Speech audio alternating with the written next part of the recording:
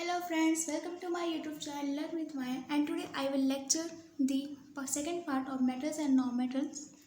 In our previous lecture, I have completed till the now answer this, and our next topic is 5.2 chemical properties of metals and non-metals. So let's start this lecture. So first reaction with oxygen. पहले metals non-metal का oxygen का react करके देखेंगे, उसका reaction करके देखेंगे oxygen का. सो activity 4. इसके लिए बचाए 2 टेस्ट ट्यूब, 2 टेस्ट ट्यूब चाहिए, 1 ग्लास स्लाइड चाहिए, फोर्सेप्स चाहिए मतलब कि इसको पकड़ने के लिए, होल्ड करने के लिए, मैच बॉक्स चाहिए, साथ में ब्लू और रेड लिटोसेपर चाहिए, मैग्नीशियम की वायर चाहिए और सल्फर वाटर चाहिए. So first burn the magnesium wire on the flame of candle. तो पहले तो आपको मैग्नीशियम की वायर को कैंडल की फ्लेम से उसको बर्न करना है, holding it with the help of forceps, उसको फोर्सेप की मदद से होल्ड करके. When it catches fire and start burning property, place a test tube. Properly place a test tube upside down over it so that the liberated gas is collected in it. When it is completely burned, put the ash into the test tube. Immediately add little water in the test tube so that the ash and gas is dissolved in it. Test the solution with the pure red liquid. So आपको magnesium की wire लेनी है, फिर उसको candle की flame से उसको burn करना है, फिर उसके ऊपर आपको टेस्ट ट्यूब करना है, इन्वर्टेड टेस्ट ट्यूब मतलब टेस्ट ट्यूब उल्टा करके रखना है. पहले तो उसको मैचेस से इसको बंद कर, जब ये फायर कैच कर ले, जलने स्टार्ट करे, तब इसको ऊपर हमें उल्टा करके टेस्ट ट्यूब पर रखना है, ताकि इससे जो गैस इससे जलने में जो गैस निकल रही है ये वहाँ पर स्टोर हो जाए, वहाँ जमा हो जाए. फिर उसको तुरंत जलने, उस मैग्नीशियम के जलने के तुरंत बाद उसमें टेस्ट ट्यूब में उसको पानी डालना है, ठीक है, ताकि उसमें जो गैस डिजॉल्व हुआ है ऐश में वो उसमें डिजॉल्व हो जाए. फिर उस सॉल्यूशन को हमें रेड लिटमस, ब्लू और रेड लिटमस से उसको टेस्ट करना है. Second, do the same experiment with the sulphur also. Place sulphur on the glass slide and then heat it. Collect it in liberated gas in a test tube and dissolve it in water. Test the solution also with blue and red litmus. So same experiment आपको sulphur के साथ भी करना है. यहाँ पर sulphur का वो ग्लास स्लाइड में लेना है, फिर उसको हीट करना है, फिर उसका जो गैस लिबरेट होगा उसको आपको टेस्ट ट्यूब में जमा करना है, उसको आपको कलेक्ट करना है, साथ में उसके बाद उसको उसमें वाटर डिजॉल्व करना है, फिर उसको वाटर ऐड करना, ताकि वो उसमें जो गैस रिलीज हो रहा है वो गैस वो सॉल्यूशन में वाटर में डिजॉल्व हो जाए. फिर उसको लीटर्स की मदद से, रेड और ब्लू लीटर्स की मदद से उस सॉल्यूशन को टेस्ट करना है. फिर ऑल्सो के टेबल 5.2 को कंप्लीट करना है. तो सॉल्यूशन पहला सॉल्यूशन था solution of gas obtained on the burning magnesium. So magnesium wire को बर्न करने से जो गैस से हमें जो सॉल्यूशन मिला था उसको टेस्ट करना है. आफ्टर लेटेस्ट, तो रेड लेटेस्ट पे क्या इफेक्ट पड़ता है, तो जो रेड लेटेस्ट पर होता है ये ब्लू में टेंड जाता है. इसका मतलब ये है कि जो सॉल्यूशन है मैग्नीशियम से जो गैस रिलीज हुआ है उसका जो सॉल्यूशन है ये बेसिक है, अल्कालाइन नेचर का है, अल्कालाइन नेचर का सॉल्यूशन, बेसिक सॉल्यूशन है. इसका जो रेड लिटमस पेपर है ये ब्लू में चेंज हो गया. वैसे ही हम जब ब्लू लिटमस पेपर यूज़ करते थे ये सेम होता है, क्योंकि ये तो अल्कलीन में है और ब्लू अल्कलीन नेचर के लिए होता है. सो ये ब्लू लिटमस पेपर ब्लू का ब्लू रहा और सॉल्यूशन क्या निकला, ये सॉल्यूशन अल्कलीन निकला. वैसे ही जो सेकेंड सॉल्यूशन को जो हम टेस्ट करते हैं सल्फर, जो कि सल्फर को बर्न करने से जो गैस रिलीज होता है उससे बना था सॉल्यूशन, उस गैस को जब हम टेस्ट करते हैं रेड लिटमस से, तो रेड लिटमस पेपर बिल्कुल सेम रहता है, कोई इफेक्ट नहीं होता. लेकिन उसी में जब ब्लू लिटमस पेपर चेक करते हैं तो ब्लू लिटमस पेपर रेड में कन्वर्ट हो जाता है. इसका मतलब ये है कि जो सॉल्यूशन है वो एसिडिक है, सॉल्यूशन क्या एसिडिक है. So most of the metal reacts with oxygen in air to form oxide which react with water to form hydroxide having alkaline nature. So most जो मेटल्स होते हैं ऑक्सीजन से react करके, मतलब air में oxygen present होता है उसमें रिएक्ट करके ऑक्साइड बनाते हैं, ठीक है. फिर ऑक्साइड को जब हम वाटर से रिएक्ट करते हैं तो ये हाइड्रोक्साइड बनाते हैं. हाइड्रोक्साइड मतलब कि जो कि अल्कालाइन नेचर का होता है. जैसे एग्जाम्पल मैग्नीशियम लिया, मैग्नीशियम को हमने ऑक्सीजन से रिएक्ट किया एयर में, तो ये बनाया मैग्नीशियम ऑक्साइड. फिर मैग्नीशियम ऑक्साइड को वाटर से रिएक्ट कराया, डिजॉल्व कराया, तो ये बना मैग्नीशियम हाइड्रोक्साइड जो कि अल्कालाइन नेचर का है. In contrast to this, most of the non-metals react with the oxygen in air to form oxide, which reacts with water to form acid. इसके अपोजिट में जो मोस्टली नॉन मेटल्स होते हैं ये ऑक्सीजन रिएक्ट करके oxide बनाते हैं, लेकिन जब इस वाटर से रिएक्ट कराते हैं, वाटर डिजॉल्व कराते हैं, तो ये एसिड बनाते हैं. जिससे सल्फर नॉन मेटल है, इसको जो हमने ऑक्सीजन रिएक्ट कराए थे बनाया सल्फर ऑक्साइड, सल्फर डाइऑक्साइड. वैसे ही इसको हमने जब वाटर से रिएक्ट किया, वाटर डिजॉल्व कराया, तो ये बनाता है सल्फ्यूरिक एसिड. सल्फ्यूरिक एसिड, ठीक है। तो इससे ये पता चलता है कि जब मेटल ऑक्साइड रिएक्ट करते हैं और नॉन मेटल रिएक्ट करते हैं, दोनों आपस में ऑक्साइड रिएक्ट करके ऑक्साइड बनाते हैं। लेकिन जब मेटल्स के ऑक्साइड को जब वाटर में डिसॉल्व करते हैं तो ये हाइड्रोक्साइड बनाते हैं, अगली नेचर, ठीक है, बेसिक। वैसे ही हम जब नॉन मेटल के ऑक्साइड को जो वाटर में डिसॉल्व करते हैं तो ये बनाता है सल्फ्यूरिक एसिड, ये एसिड बनाता है। यहाँ पर सल्फर लिया था तो सल्फ्यूरिक एसिड बनाया था, मतलब कि नॉन मेटल, यहाँ पर नॉन मेटल का ऑक्साइड जब वाटर से रिएक्ट करते थे ये एसिड बनाते हैं। सेकेंड हमारा रिएक्शन विद वाटर। अब हम इस नॉन मेटल मेटल्स को वाटर से रिएक्ट करके देखेंगे। So activity 5, metals require glass, trough, water, sodium, filter paper, forceps. इसके लिए हमें ग्लास ट्रफ चाहिए, वाटर चाहिए, सोडियम चाहिए, फिल्टर पेपर चाहिए, फॉर्सेप चाहिए, ठीक। Fill the glass trough with water, take sodium which is kept it dipped in kerosene and cut a small piece of it. Dry it on the filter paper. Now put it into the water in the trough. Immediately on putting, sodium starts moving around trough with a hissing sound and then it catches fire. So पहले तो आपको glass trough को water से fill कर देना है, सिर्फ water से फिल कर देना है। फिर आपको सोडियम लेना है। सोडियम को पहले आप सोडियम जो कि केरोसिन में डिप हो, मतलब पहले से केरोसिन में डूबा हुआ हो, फिर उसे निकाल के छोटा पीस कट करके उसको हमें फिल्टर में ड्राई करना है, ठीक है। फिर उसको वाटर में पुट करना है, वाटर में डालना है, ट्रफ की वाटर में डालना है। उसे तुरंत डालने के बाद सोडियम क्या करने लगे, तो ट्रफ में घूमने लगेगा, ऊपर आने लगेगा और इसे एक साउंड लगेगा, हीजिंग साउंड, ठीक। फिर ये फायर कैच करेगा। यहाँ पर सोडियम लिया हमने, फिर वाटर डिजॉल्व कराया, ये बनाएंगे सोडियम हाइड्रोक्साइड। ऐसे किस लिए होता है कि सोडियम वाटर से रिएक्ट करता है, सोडियम हाइड्रोक्साइड आता है, सोडियम हाइड्रोक्साइड, क्योंकि सोडियम एक मेटल है तो वाटर से रिएक्ट करके बनाता है सोडियम हाइड्रोक्साइड। और यहाँ हाइड्रोजन गैस रिलीज होती है, क्योंकि ये हाइड्रोजन गैस रिलीज हो रहा है इसीलिए हेजल साउंड प्रोड्यूस करता है। अब reaction between sodium and water produce hydrogen gas, this reaction produce lot of heat. जब सोडियम वाटर का रिएक्शन होता है तो इससे हाइड्रोजन गैस रिलीज होता है और इस रिएक्शन में बहुत सारा हीट प्रोड्यूस होता है। Take readily available metals around us like copper, magnesium, iron, zinc etcetera and put them into the water. अब आपको वैसे ही रेडियली अवेलेबल जो आसपास आपको मेटल मिल रहे हो उसको लेना है, जैसे कि कॉपर हो गया, मैग्नीशियम हो सकता, आयरन हो गया, जिंक आसपास तो मिल जाता है, ठीक है। इसको आपको वाटर पुट करना है, या आपको सेम तरह से जैसे सोडियम किया था, जैसे रिएक्ट किया था वैसे ही आपको इसमें ऑब्जर्व करना है, क्योंकि ये मेटल्स है, ये भी उसी तरह हाइड्रोक्साइड बनाएंगे, क्योंकि सोडियम मेटल है और यहाँ पर मैग्नीशियम, आयरन, जिंक, कॉपर ये सभी मेटल्स है, तो ये वाटर से रिएक्ट करके हाइड्रोक्साइड बनाएंगे, मतलब सॉल्यूशन कैसा होगा, अल्कालाइन नेचर का होगा। Magnesium reacts immediately with cold water but react vigorously with hot water और steam and form magnesium hydroxide and hydrogen gas.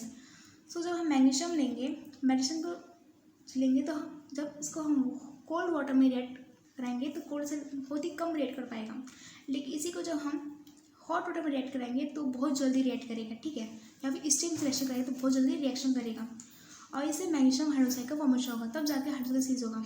मतलब कि मैग्नीशियम को वाटर से रिएक्ट करने के लिए हमें हॉट वाटर लेना पड़ेगा, गर्म पानी लेना पड़ेगा, तब जाके मैग्नीशियम हाइड्रोक्साइड बनाएगा और हाइड्रोजन गैस रिलीज करेगा। यहाँ पर हमने मैग्नीशियम लिया, उसको वाटर से रिएक्ट कराया, ये बनाया मैग्नीशियम हाइड्रोक्साइड। यहाँ पर हमने हॉट वाटर लिया था और ये रिलीज करेगा हाइड्रोजन गैस और इससे साउंड प्रोड्यूस होगी हिजलिंग साउंड। वैसे ही हमें जिंक और आयरन लेना है। जिंक आयरन भी स्टीम के साथ बहुत ही कम रिएक्ट करते हैं, जिंक और आयरन बहुत ही कम रिएक्ट करते हैं स्टीम के साथ, मतलब गर्म पानी के साथ। Copper, gold, silver do not react with water steam, और यहाँ पर copper, gold, silver water steam के साथ रिएक्ट करते ही नहीं, मतलब कि जिंक आयरन स्टीम के साथ रिएक्ट बहुत ही कम करता है करने के लिए, और copper, gold, silver water steam के साथ करता ही नहीं है। मतलब मेटल्स में सोडियम वाटर से रिएक्ट कर सोडियम हाइड्रोक्साइड बनाएगा और हाइड्रोजन रिलीज करेगा।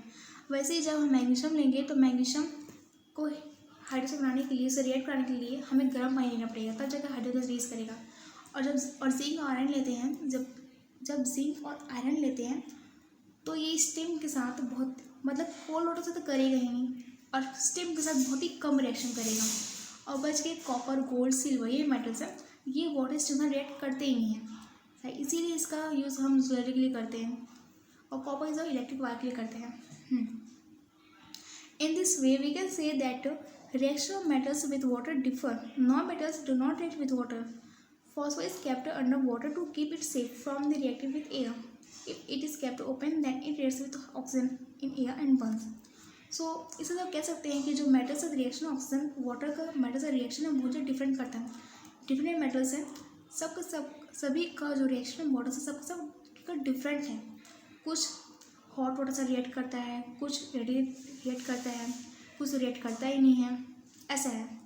और नॉन मेटल्स तो वाटर से रिएक्ट करते ही नहीं है. फॉस्फोरस को हम केरोसिन में रखते हैं, नहीं, फॉस्फोरस को हम वाटर में रखते हैं इसको सेव करने के लिए, क्योंकि अगर ये एयर के कॉन्टेंट में आया, मतलब कि एयर कॉन्टेंट में ऑक्सीजन रिएक्ट कर जाएगा और ये बंद हो जाएगा, मतलब कि फॉस्फोरस ऑक्सीजन के प्रेजेंस में बंद हो जाता है, पूरी तरह जल जाएगा. ये प्रॉपर्टी फॉस्फोरस की. फिर आता है थर्ड, रिएक्शन विद एसिड. अब इसका मेटल्स का एसिड के साथ रिएक्शन करा के देखेंगे. एक्टिविटी 6, इसके लिए मुझे magnesium, zinc, copper paste, dilute hydrochloric acid, test tube, match box और हीटिंग एपेरेटस चाहिए. So take the 3 metals in the 3 different test tube and add dilute hydrochloric acid to each. मतलब कि 3 metals लेने हैं 3 different test tube में, 3 अलग अलग test tube में आपको 3 metals लेने हैं. फिर उसमें आपको डाइल्यूट हाइड्रोक्लोरिक एसिड आपको ऐड करना है, उसमें डाइल्यूट हाइड्रोक्लोरिक एसिड डालना है. If there is a no reaction, heat the test tube slowly. अगर उससे कोई रिएक्शन ना हो तो टेस्ट ट्यूब को आपको हीट करना है धीरे धीरे. Test the gas liberated in each test tube by bringing a burning matchstick to mouth of the test tube. फिर से जो गैस लिबरेट होगा हीट करने से, टेस्ट ट्यूब को हीट करने से मटेरियल से जो गैस रिलीज होगा, अब उसको आपको टेस्ट करना है हर टेस्ट ट्यूब से. By bringing a burning matches, मतलब कि जलता हुआ माचिस का जला हुआ मैच स्टिक को लेके आपको टेस्ट ट्यूब के माउथ में रखना है, जिससे जो गैस रिलीज हो रही है, अगर वो हाइड्रोजन गैस हुआ तो ये पॉप साउंड प्रोड्यूस करेगा. पॉप साउंड प्रोड्यूस होगा, समझ आए, हाइड्रोजन गैस है. So the gas from test tubes containing magnesium and zinc burns with a pop sound which indicate that the gas liberated is a hydrogen. So test tube जिसमें magnesium और zinc है, उसमें जब हम burn match खुलाते हैं, जब magnesium zinc burn होते हैं तो हाइड्रोजन गैस रिलीज होते हैं. कैसे पता चलेगा? जब हम बर्न मैचस्टिक सब टेस्ट के माउथ के पास लेके जाएंगे तब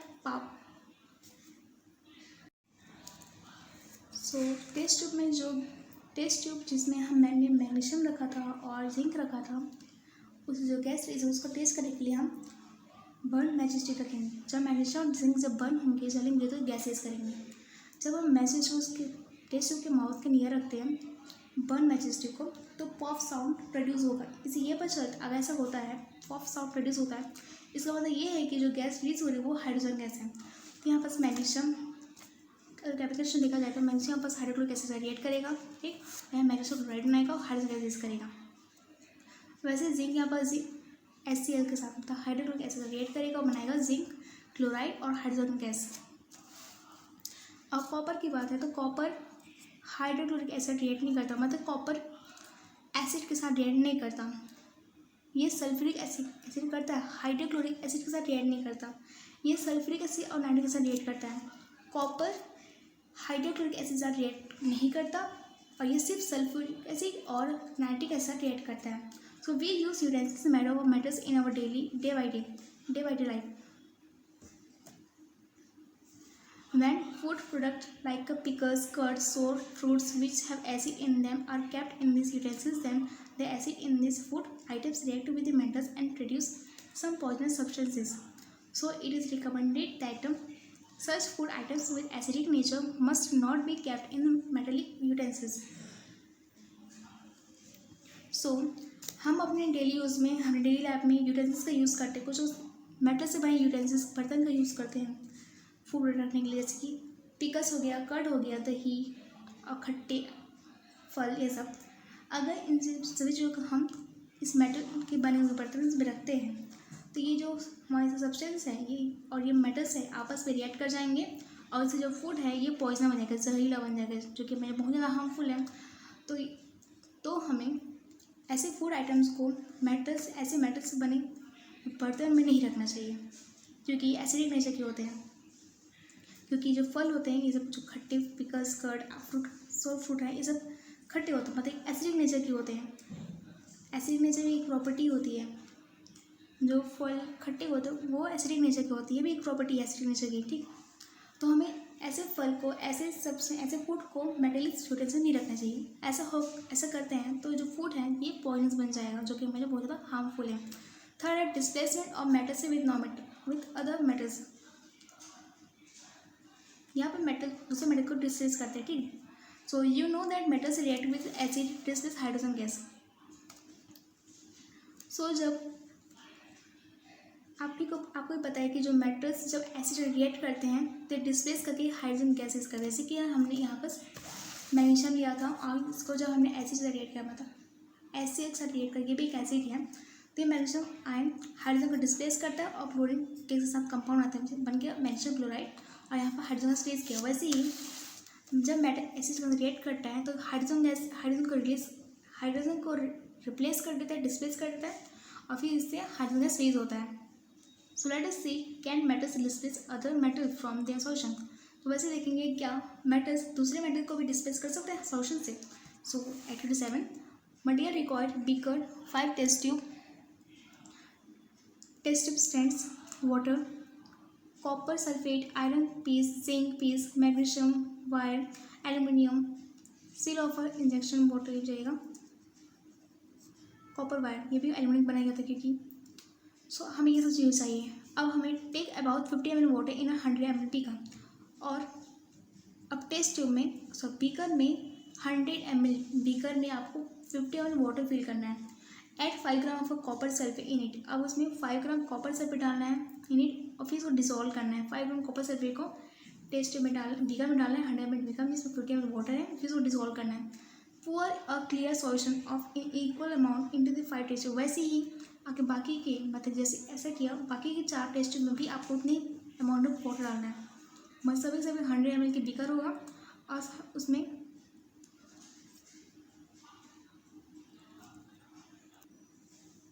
हमने 100 ml का बीकर लिया, उसमें 50 ml वाटर डाला, फिर उसको 5 ग्राम का कॉपर सल्फेट डालना है, फिर उसे डिसॉल्व करना है, फिर जो सॉल्यूशन बनेगा इस सॉल्यूशन को 5 टेस्ट ट्यूब में इक्वल अमाउंट में डाल देना है, ठीक है। फिर keep them in test tube stand. अब उसको टेस्ट ट्यूब स्टैंड भी रखना है।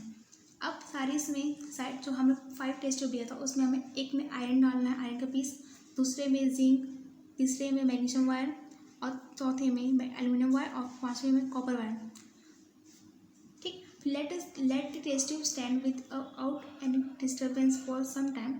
Draw the observation table 5.2 in your copy and note the observation. फिर उसको कुछ समय के लिए रहने देना है।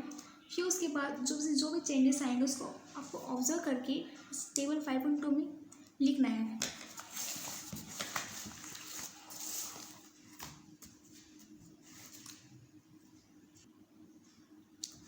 In this test tube you find that there is no change in the 5th test tube। तो जब एक्सपेरिमेंट को हम 5th टेस्ट ट्यूब में करते हैं तो 5th टेस्ट ट्यूब में आपको कोई चेंज देखने नहीं मिलेगा। But in the other 4 test tube the metal displace the copper from the solution and take the place of copper. So जब हमने कॉपर को डाला था सॉल्यूशन में तो बन गया था कॉपर सल्फेट सॉल्यूशन बन गया था कॉपर सल्फेट सॉल्यूशन। और कॉपर सल्फेट सॉल्यूशन में हर जो भी आयरन जिंक और मैग्नीशियम एल्यूमिनियम सब कॉपर को डिस्प्लेस कर देंगे, लेकिन जो 5th टेस्ट ट्यूब में कॉपर है ये कॉपर को डिस्प्लेस नहीं कर पाएगा, ठीक है। कॉपर से डिस्प्लेस नहीं कर पाएगा, इसका कोई चेंजेस देखने को नहीं मिलेगा। On this basis we can say that iron zinc magnesium and aluminium are more reactive than copper. इससे ये पता चलता है कि जो आयरन जिंक मैग्नीशियम और एल्यूमिनियम ये सब कॉपर से बहुत ज़्यादा रिएक्टिव है, इसलिए कॉपर को डिस्प्लेस कर पाए। Do this experiment in the group in the class. Each group must prepare a different solution as sodium chloride, ferrous sulfate, silver nitrate and observe the reaction with the accident। जैसे कि हमने copper sulphate के साथ iron zinc magnesium aluminium का हमने reaction कराया था, उसमें पुट किया था, वैसे ही आपको सॉल्यूशन चेंज करना है। मतलब यहाँ पर हमें कॉपर सल्फेट है तो उसके प्लेस में आपको यहाँ पर सोडियम क्लोराइड लेना है, फेरस सल्फेट लेना है, सिल्वर नाइट्रेट लेना है, और फिर वैसे ही आपको ऑब्जर्व करके टेबल बनाना है और फिर ऑब्जर्व करना है क्या क्या रिएक्शन हो रहा है। इससे ये पता चलेगा कौन ज़्यादा रिएक्टिव है। इस एक्सपेरिमेंट से ये पता चला कि जो कॉपर, ये जो बाकी 4 एलिमेंट है आयरन, जिंक, मैग्नीशियम, एल्युमिनियम, ये कॉपर से ज़्यादा रिएक्टिव है, इससे रिएक्ट कर डिस्प्लेस करती है कॉपर को। To know if the reaction has taken place, observe if there is any difference, gas, bubble, any change in colour of the solution, change to colour of the metals, और if heat is evolve और absorb. अगर आपको जानना है कि reaction हुआ है कि नहीं हुआ है, तो उसमें आपको कुछ डिफरेंस देखने को मिलेगा सॉल्यूशन में, जैसे कलर चेंज हुआ होगा सॉल्यूशन का, या फिर मेटल्स का कलर चेंज हुआ होगा, हीट रिलीज होगी या फिर हीट एब्जॉर्ब होगी। इससे आप पता लगा सकते हैं कि रिएक्शन हुआ है कि नहीं। अगर ऐसा होता है तो मतलब कि रिएक्शन हुआ है।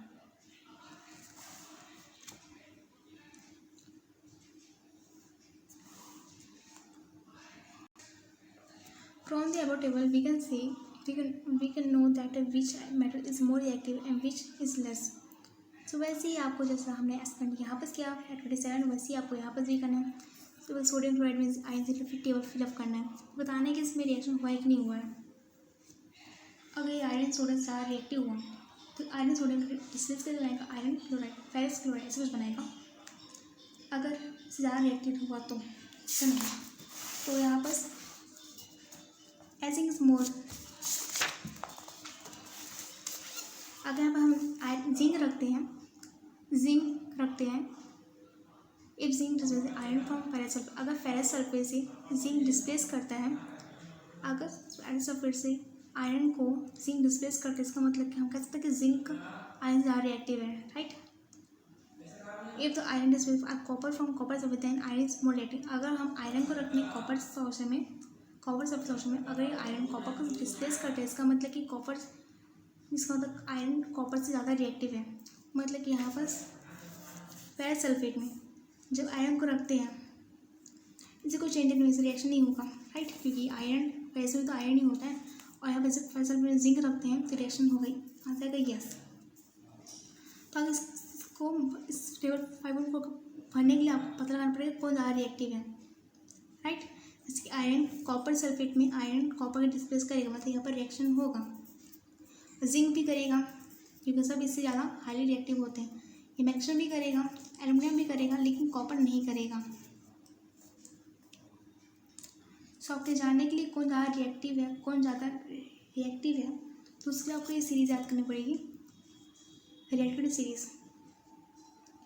सब ज़्यादा रिएक्टिव लिथियम होता है, उसके बाद पोटेशियम, उसका सोडियम, उसका calcium, magnesium, aluminium, zinc, iron, lead, hydrogen, copper, mercury, silver, gold. यहाँ लास्ट में सिल्वर गोल्ड है, इसका मतलब ये सबसे लिस्ट रिएक्टिव है लोग, इसीलिए इसका यहाँ ऑनरेबल मैग्नेटिल करते हैं, क्योंकि रिएक्ट नहीं करती, रिएक्टिविटी बहुत ही कम होती है। तो lithium, potassium, sodium, calcium, magnesium, ये सब आपको याद करना पड़ेगा। सो आपको ये सीरीज याद करने के बाद आपको इस टेबल को फिलअप करना है। अब इसको फिलअप करेंगे। सोडियम क्लोराइड रिएक्टिविटी सीरीज में ज़्यादा रिएक्टिव एलिमेंट है, ज़्यादा रिएक्ट करता है। तो यहाँ पर जब सोडियम क्लोराइड में आयरन रखेंगे तो किसी डिस्प्लेस नहीं करेगा, क्योंकि आयरन की सोडियम सबसे ज़्यादा रिएक्टिव है। आयरन रखेंगे तो इस आयरन की रिएक्टिविटी सोडियम से कम है, तो इस रिएक्शन नहीं होगा, क्योंकि आयरन सोडियम को डिस्प्लेस नहीं कर पाएगा, क्योंकि इसकी रिएक्टिविटी ज़्यादा होती है। तो एक लोग से रिएक्ट बॉन्ड बनाएगा, आपस में सोडियम क्लोराइड बनाया जाएगा, आयरन को शेयर नहीं कर पाएगा, मतलब कि यहाँ पर रिएक्शन नहीं होगा। वैसे ही जिंक भी नहीं होगा, क्योंकि iron, zinc, magnesium, aluminium, copper, ये सभी एलिमेंट लेस रिएक्टिव है सोडियम से, सभी आंसर नो आएगा, इसे कोई चीज़ नहीं मिलेगा। वैसे कॉपर सल्फेट, कॉपर से सबसे ज़्यादा, कॉपर से iron, zinc, magnesium, aluminium, copper, ये 4 जो एलिमेंट हैं ये कॉपर से ज़्यादा रिएक्टिव है। मतलब कि कॉपर से जो आयरन सपोर्ट करेंगे तो ये कॉपर को डिस्प्लेस कर देगा, तो आंसर यस यहाँ पर नो। वैसे ही फेरस सल्फेट में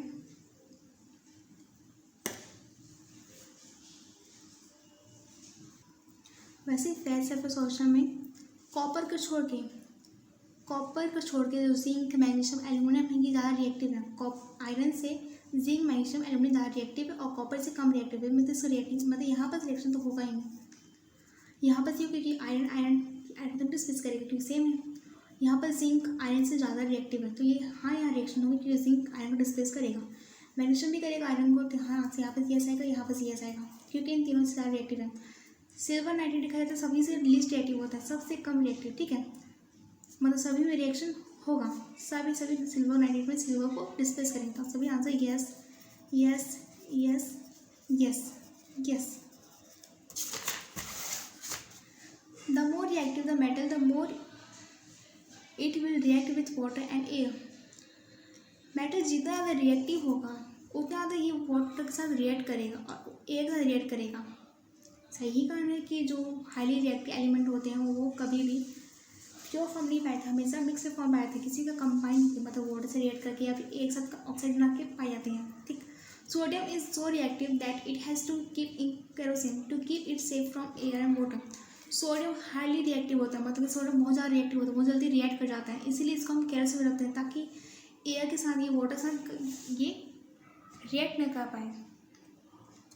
अगर हम खुले रखते हैं एयर वाटर में तो एयर वाटर से रिएक्ट कर सकते हैं, इसलिए इसको हम केरोसिन में रखते हैं सेव करने के लिए ताकि रिएक्शन ना हो। On the other hand gold which is almost inactive as it does not react with water and air and not even react with acid. तो दूसरे हैंड में देखा जाए अपोजिट इसकी जो गोल्ड है ये इनएक्टिव समझो, मतलब कि लिस्ट रिएक्शन करता ही नहीं, ये वाटर ऐसा रिएक्ट नहीं करता और ना ही ये एसिड के साथ रिएक्ट करता है। यहाँ पर लिस्ट रिएक्टिव यहाँ पर गोल्ड है और हाई रिएक्टिव यहाँ पर सोडियम है, लिथियम और रेटिव है। क्वेश्चन है now answer this. What is the nature of the solution of magnesium oxide dissolve in water. So magnesium oxide को जब हम वाटर में डिसॉल्व करने से जो सॉल्यूशन फॉर्म होगा उसका नेचर क्या है ये बताना है हमें। सो जब हम now answer this. What is the nature of solution of magnesium oxide dissolve in water. So जब मैग्नीशियम ऑक्साइड को वाटर में डिसॉल्व करते हैं तो जिससे सॉल्यूशन बनता है उसका नेचर क्या होगा बताना है। सो आंसर है when magnesium oxide dissolve in water it form magnesium hydroxide and it is alkaline nature.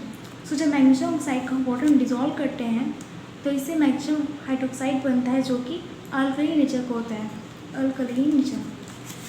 Second, what happens when zinc piece are put into copper sulphate solution. क्या होगा जब जिंक के pieces को हम copper sulphate solution में रखेंगे। Zinc यहाँ पर ज़्यादा रिएक्टिव है, कॉपर से ज़्यादा रिएक्टिव है, तो साइड सी बात है जिंक कॉपर सल्फेट में कॉपर को रिप्लेस कर देगा। सो आंसर है when zinc pieces are put into copper sulphate solution then it displaces copper from copper sulphate and form zinc sulphate. Next है does copper displace iron from ferrous sulphate solution. क्या copper ferrous sulphate solution से iron को displace कर सकता है। Answer है no, क्योंकि जो कॉपर है ये लेस रिएक्टिव है आयरन से, इसीलिए आंसर हो जाएगा no.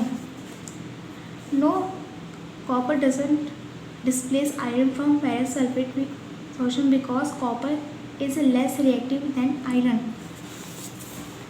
Fourth, why are pickles not kept in aluminium और आयरन वेसल। क्यों पिकल्स को एल्यूमिनियम या फिर आयरन वेसल नहीं रखा है। पिकल्स मतलब कि अचार। आंसर है we can't kept pickles in aluminium और iron vessel because pickles contain acid which reacts with metal and can make pickles poisonous. क्योंकि हम पिकल्स को एल्यूमिनियम या फिर आयरन वेसल नहीं रख सकते क्योंकि पिकल्स एसिड कंटेन करते हैं जो कि मेटल से रिएक्ट करके पिकल्स को पॉइजनस बना सकते हैं। Fifth, which gas is reduced normally when metal reacts with acid। जब मेटल्स एसिड से रिएक्ट करते हैं तो कौन सी गैस नॉर्मली प्रोड्यूस होती है। सो आंसर है when metals reacts with acid it produces hydrogen gas. जब मेटल एसिड रिएक्ट करते हैं तो हाइड्रोजन गैस प्रोड्यूस करती है। सो आज के लिए इतना ही फ्रेंड्स, बाकी नेम पार्ट में थर्ड पार्ट में कवर करेंगे। सो तब तक के लिए बाय बाय।